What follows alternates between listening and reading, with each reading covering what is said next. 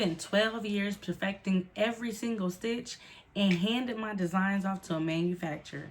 And I was not as nearly prepared as I thought I was going into this manufacturing journey. But if I'm really going to sit here and be transparent about it all, the truth of the matter is I was tired of wanting to go into production.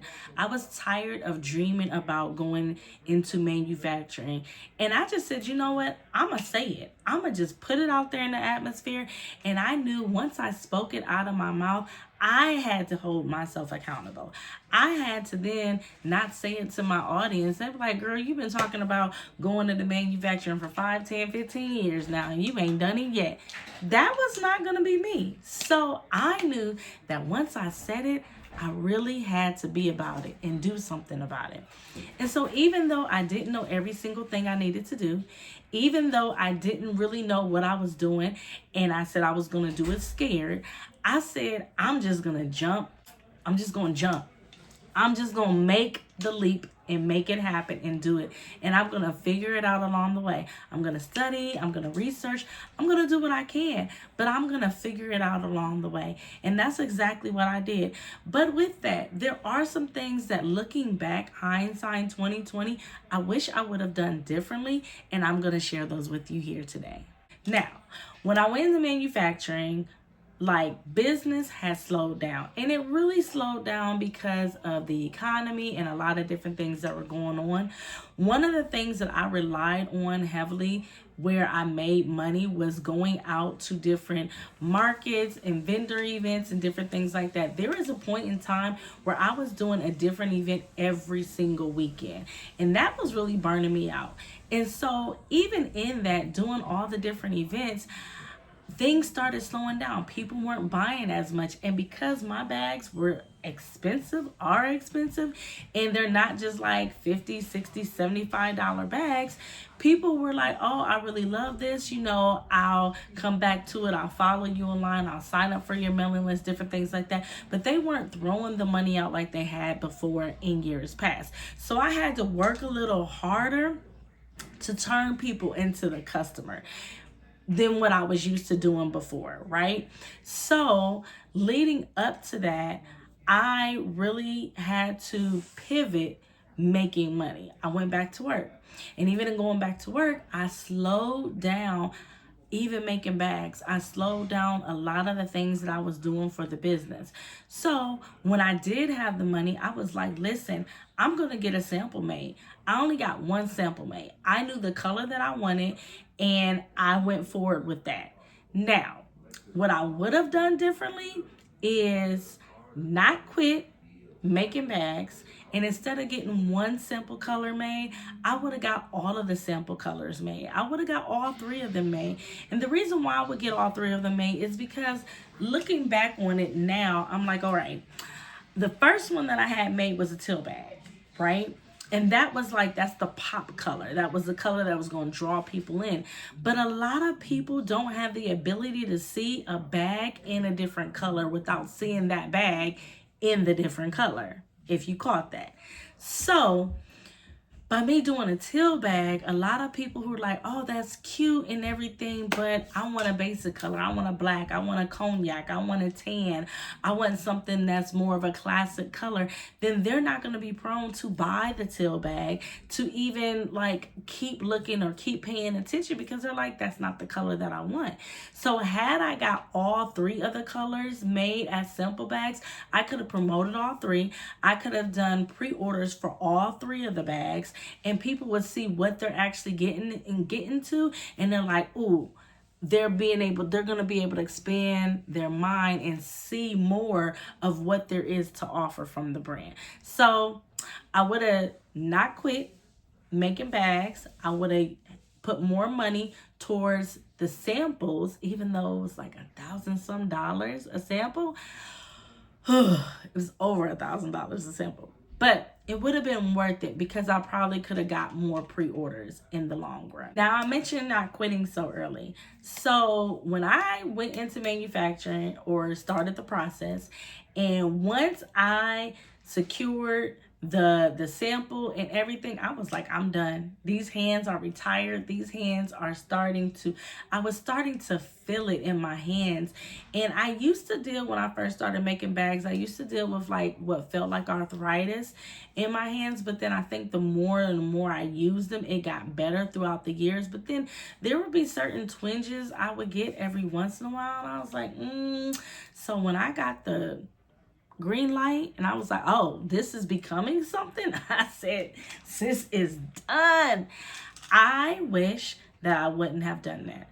I wish that I was still making bags up into this very moment, because my bags are still in manufacturing right now. And because they're still in manufacturing, if I would have continued making bags, then I would still have money like circulating into the brand. People would not be messaging me like, hey girl, you still in business? I haven't seen you really post nothing, because I was like, how much can I post about a business like not doing anything and going in manufacturing? I feel like I was talking about the same thing all the time. So I would have done that differently. I would have continued to make them until the bags actually were shipped and in my possession, the manufactured ones. Then it'd be like, okay, I'm done. Let's move on to bigger and better things. Now, another reason why I wouldn't have quit so early is because I also decided in my mind that I was going to pre-order my way to manufacturing. Now, I know we've heard a lot of things about pre-orders and companies and what that means and all these things. And pre-orders can be really good. They can be really good to help a startup business, a small business, get to where they're going.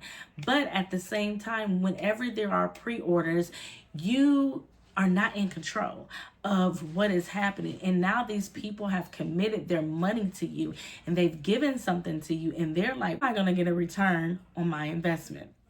When am I going to see what I've actually paid for?